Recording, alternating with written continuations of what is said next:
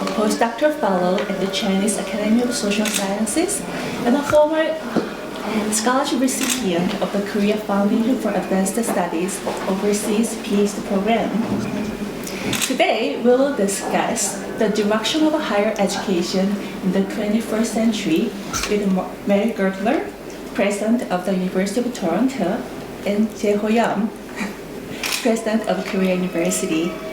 It's an honor to have both of you here at Beijing Forum 2016. Thank you for joining us today. With the profound changes that had happened in the 21st century, I'd like to discuss whether universities are preparing students not only for today, but also for the future, for instance, in education or for the job market. First of all, it's been 2 to 3 years since both of you became president of your respective institutions. What were the visions and goals that you had when you first took office? How much progress do you think you have achieved in achieving the scores? President Gertler, who's that go first? Thanks very much. Well, I wanted to do 3 things as president. First of all, to find ways to take advantage of our location in the Toronto region, which is a very dynamic and cosmopolitan region, to take advantage of it for the benefit of the university and the city around us in ways that we haven't done before. The second thing was to deepen our engagement globally in a more strategic way, building partnerships with a smaller number of international partners, but deeper partnerships. And then the third was really around working on reimagining undergraduate education. So those are the big 3 that we've talked about. And we've begun to make some progress on all 3 fronts. I think on the first one, we're working really to encourage our faculty and our students to be more engaged in the life of the city and to bring their expertise and their energy to help solve urban challenges and create opportunities. And our faculty have responded very, very enthusiastically to that idea. Also, our students really like the idea of working in the neighborhoods and communities around them, both because they feel like they are learning some very practical things, but also because they're doing good at the same time. On the second priority, we have just begun to reorganize our international activities. I created a new Vice President International portfolio to lead our process of generating a new strategy for the University of Toronto. And so that's just getting underway now. As far as the third priority goes, undergraduate education, well, we could talk for hours about that. As a former Dean of Arts and Science, I'm very passionate on the subject of how we educate undergraduate students for a lifetime of success. So I view that as a project that began probably 5 years ago and continues today. Thank you. President Yeom, would you like to respond? Yeah, and I have a little bit challenge of big vision because it is turn of the century. 21st century is quite different from the 20th century. 20th century is so-called mass production, and also it is related to the mass education, even in the higher education in the university. So from now on, we have to change our system. Up until now, Korea is very famous for the education. I mean, the rote memorization, hard work, and very labor intensive. For example, if you sleep 5 hours a day, then you can pass the examination, but 6 hours you will fail. And then that kind of tightly controlled system, I just want to change this kind of education system quite differently.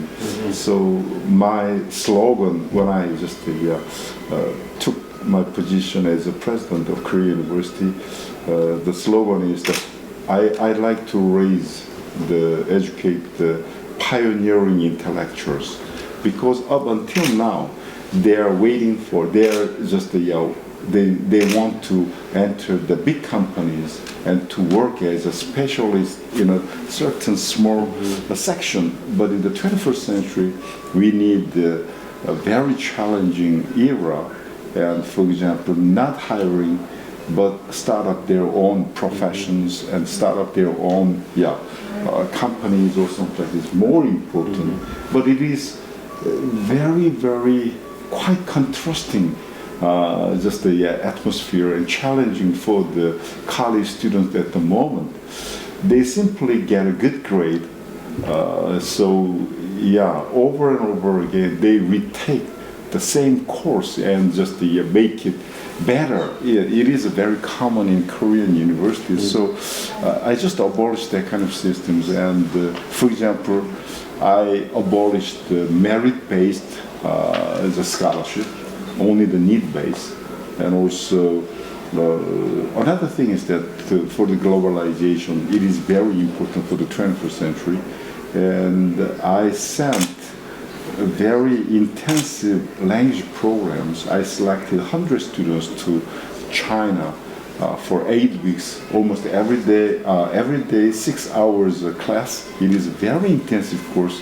So after 8 weeks, an engineering student who couldn't speak any Chinese at all, but after 8 weeks, he just presented without any script in Chinese for 5 minutes. So the Yung-Min University president was shocked to see that. And this year, we expand this thing, and we sent 30 students to Costa Rica to learn Spanish. And also, we had an arrangement. I just started a consortium with the Nordic universities and also the Benelux universities, with the 2 Chinese universities and the 2 Japanese universities with my university. So we are just expanding our vision, and also we are changing the whole system. And for example, this November, the SK group donate the money, and we're going to build the SK Future Hall. That is a very 5-story building, very big building, but there's no classroom at all in that building. Only there's just a discussion room and the carol, and around 100 discussion room and 100 carol, and also the top floor is the living lab, so it is adjustable. So we are changing very rapidly, quite different way. Discuss more about the challenges. With the advent of the first industrial revolution, what opportunities and challenges do you see? How has your vision changed to adjust to these sweeping changes that cuts across all sectors? President Gertler, Sure. what is your opinion? Well, maybe I'll mention 2 things, because that's a very big topic. But a lot of attention is being paid to how the kind of traditional career path of citizens is changing. Instead of graduating from university and having 1, maybe 2 jobs over the course of your lifetime, the expectation is now that our graduates will be having to reinvent themselves multiple times throughout their working lives.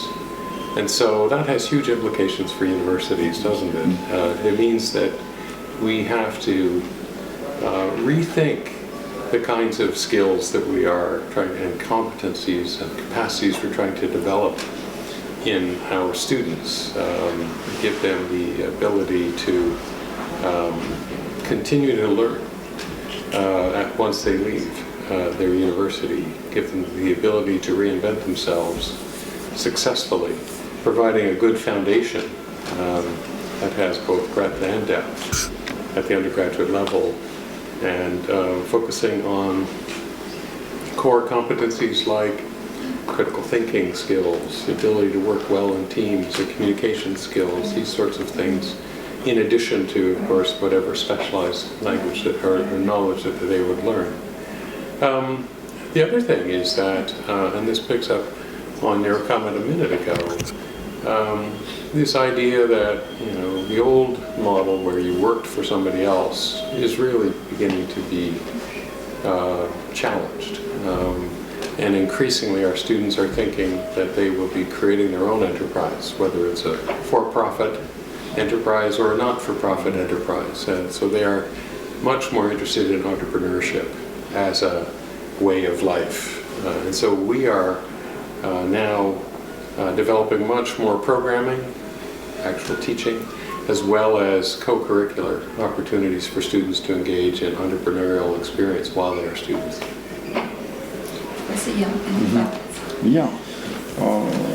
Yeah, same to him. And in Korea University, we are, as I said before, I just educate the pioneering intellectuals. It's just the spirit of the Silicon Valley. And the 49ers are just like pioneers. Yeah, when the gold rush in 1849, and they just came from the east coast to the west. Right. Yeah, so in the wagon with family. So it is a lot of challenge. Even they risk their life, but they just come to San Francisco area, and then Silicon Valley is another new, just a spirit in there. So 3 or 4 times they just failed in the venture companies, but still they have a chance. So in my university, we are changing a lot of things. For example, we just took the flexible semester system. For example, the 16-week is our regular semester, and there's a midterm and the final exam. I just changed it. Yeah, that's fine. But another one is that if you teach 6 hours a week instead of 3, and then the professor students can complete only 8 weeks, or some famous professors from other countries, they can visit in my university, and 4 weeks they can just intensive courses, they'll be fine. And also winter and summer courses, for example, graduate programs, they can offer the seminar. And so very flexible. And then I like to send my professors and students to foreign countries to do the research collaboration and internship. And we've already opened the Korea University Global Center in Beijing and in Jung-Min University.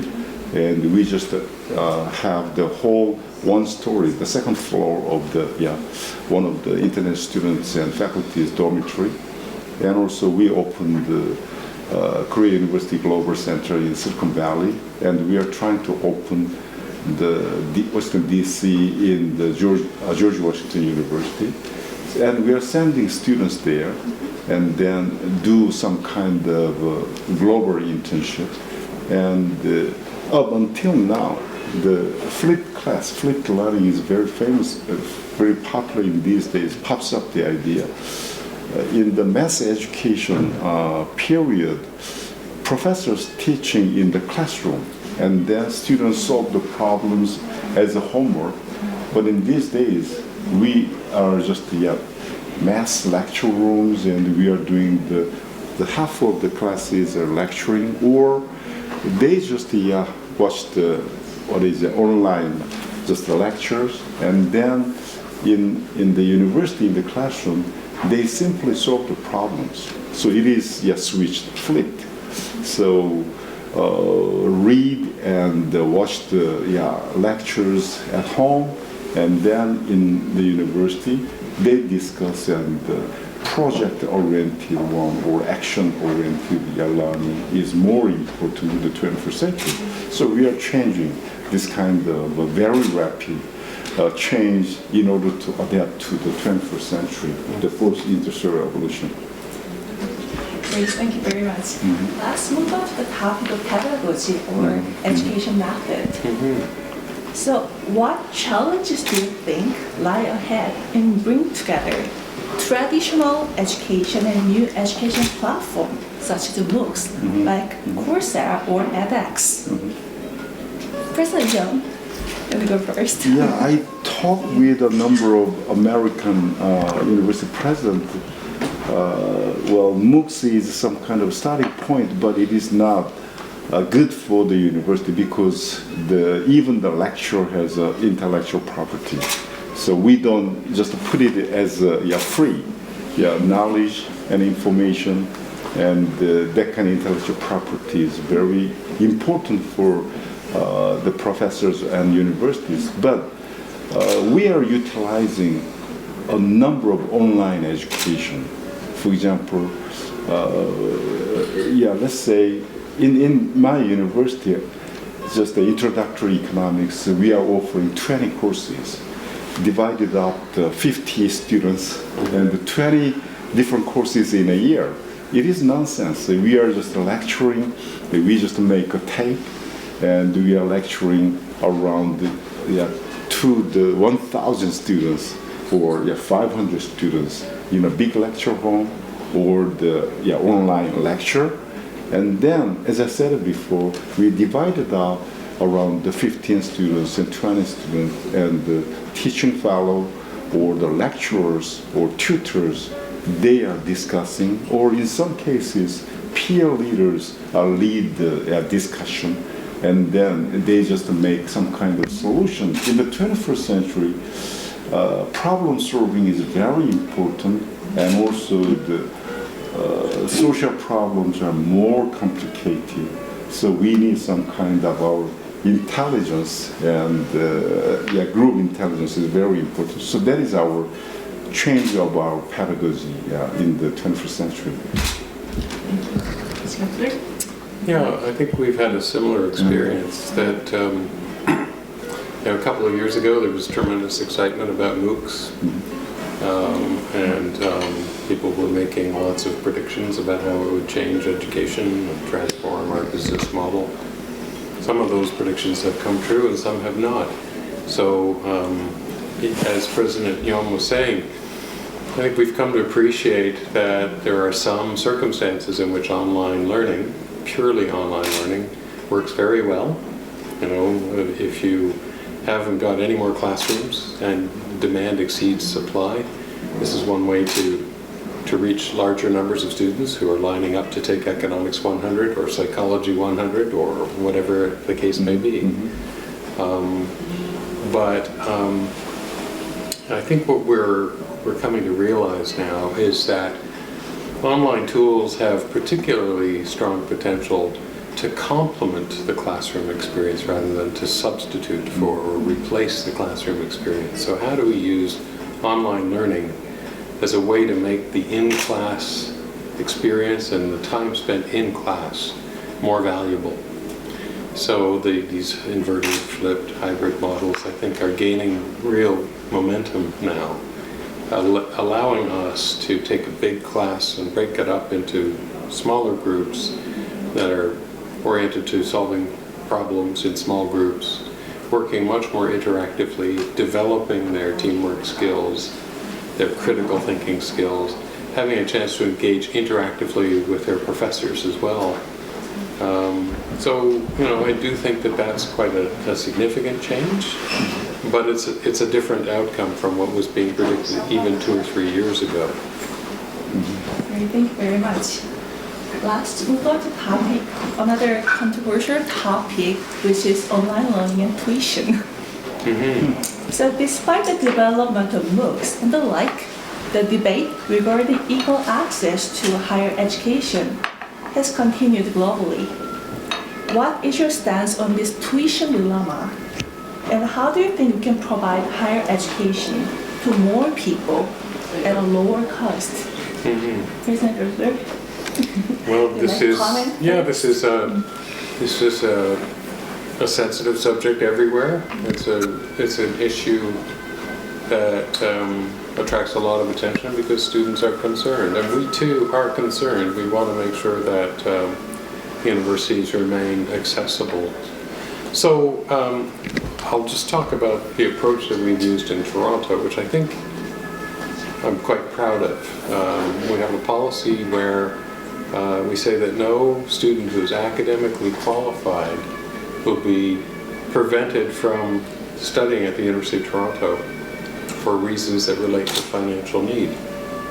So in order to make good on that pledge, we spend hundreds of millions of dollars every year in financial aid, which is channeled to those students that need it.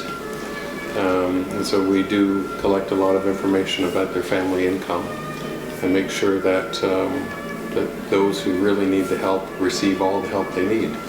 It means that, you know, even though our kind of sticker price for 1 year of tuition is about, let's say about 5,000 US for a year for an undergraduate in arts or sciences, many students would be paying half of that. Many students would be paying zero tuition, and many students would actually be receiving a grant on top of not having to pay any tuition. So they're actually being supported for their education. I think, to me, that in a world of limited resources, that is the most sensible approach. It does mean that students who come from families that do have the financial means to afford to pay are paying. And the subsidy, the support is going to those parts of our student population that really need the help. So that's our approach. We're very proud of it. It has allowed us to combine two characteristics that we don't find in the same institutions very often. We are very highly ranked globally in terms of our research activity, and yet we are a large, very accessible university where anyone can come and study if they have the marks to get in. Very much. Yeah, just like in Toronto, it is a very sensitive issue, especially in Korea. More than 7 consecutive years, government controlled the raise of any university tuition. So we are now around $6,500 US per year. It is very low. Even though my university is private, we don't receive any money from the government. So it is a magic. Anyway, so I just mentioned to my president, it is a magic. We are still ranked out of the 4,300 prestigious universities in the world. In the KFAS evaluation, we ranked 98th this year, the Korean universities. So it is because of the professors' capacity, and also the Korea, United States, and Japan is the very unique country. They have the private universities are mostly popular. Among the university, 85% are private universities in Korea, but we don't receive any money from the government. But it is a nonsense because the 21st century is a knowledge society, knowledge era, knowledge century. So the technology and knowledge is very important national capital. So in the European countries, before the elementary school and the university level, all the money comes from the government because it is an investment. But in Korea, we just pay by ourselves. And also there's a very, very interesting thing is that at the moment, around 30% of our just economic level, they are paid by the government or my university. They don't pay any tuition at all, the 30%.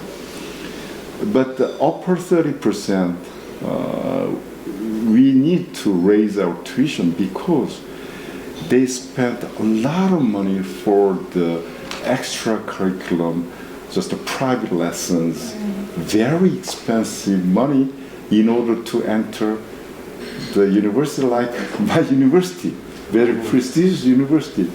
They even pay much, twice or 3 times higher than the university tuition. It is a nonsense. So we have to just charge the high tuition, and then the lower 30%, they don't pay at all. And in between the 30%, they still pay just half of the highest just the tuition, then it means the same level at this level. But upper 30%, they should pay, right? But it is a universal welfare system in education. It is a nonsense.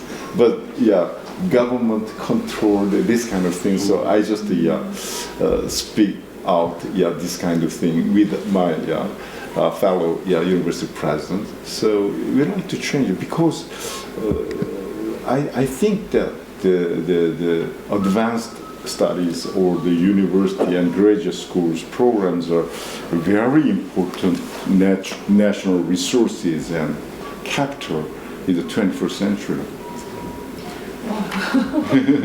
It's a sensitive issue, but very important. Yeah, very important, Wow. Okay. That's it. Let's move on to the future of liberal arts and social science. So, we are living in an age where the boundaries between the internet, the physical world, and people are becoming more blurred every day. How can you strengthen the liberal arts and social sciences and keep them relevant? President Gertler, can you share your ideas? So this actually is a topic that I'm very interested in, again, as a former dean of a faculty called Arts and Science, which is an unusual combination. And it also links back to some of the things we were talking about earlier in answer to your question about the fourth industrial revolution. So I believe that liberal arts plays a really important role in providing that broad foundation at the undergraduate level for students no matter where they go, no matter what they do. It provides the kind of breadth and the capacity for future learning, which is so important and so critical in creating global citizens who are properly educated and well-rounded. So what we have done is increase the breadth requirements in our undergraduate programs and require all of our students to have a liberal education. Part of that involves, for example, ensuring that all students have some understanding of basic ethical questions and principles, whether you're in the humanities, the social sciences, or the sciences. At the same time, we want all of our students to have certain basic skills of quantitative reasoning. Again, whether you're a scientist or a humanist. And so this gives you an idea of how we've tried to build both disciplinary breadth as well as kind of competency breadth into undergraduate teaching and learning. The other thing that we have done is made it easier for undergraduate students to do double majors in completely different fields. So, physics and French, or mathematics and medieval studies. These are not unusual combinations.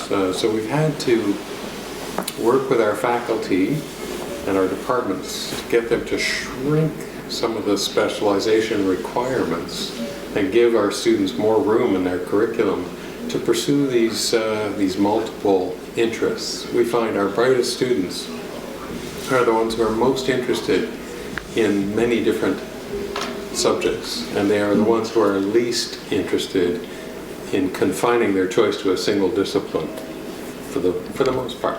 So we're trying to do more to accommodate that kind of breadth in their programs. Wow, it's really promising. Wow. Isn't it? Yeah, I totally agree with it. Yeah, President White.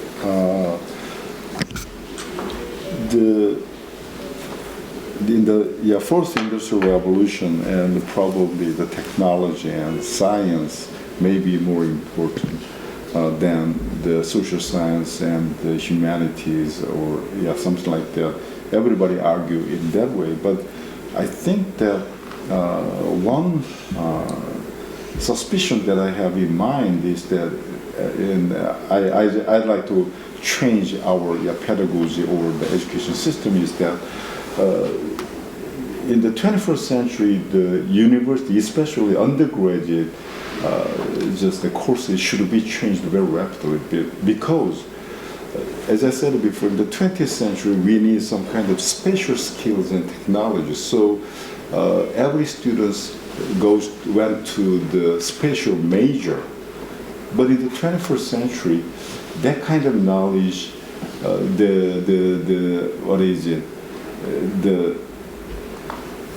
their utility will be minimized within 5 or 10 years. So it is meaningless in many sense. So in my university or in Korean universities, undergraduate courses are taught just like introductory courses of the graduate courses.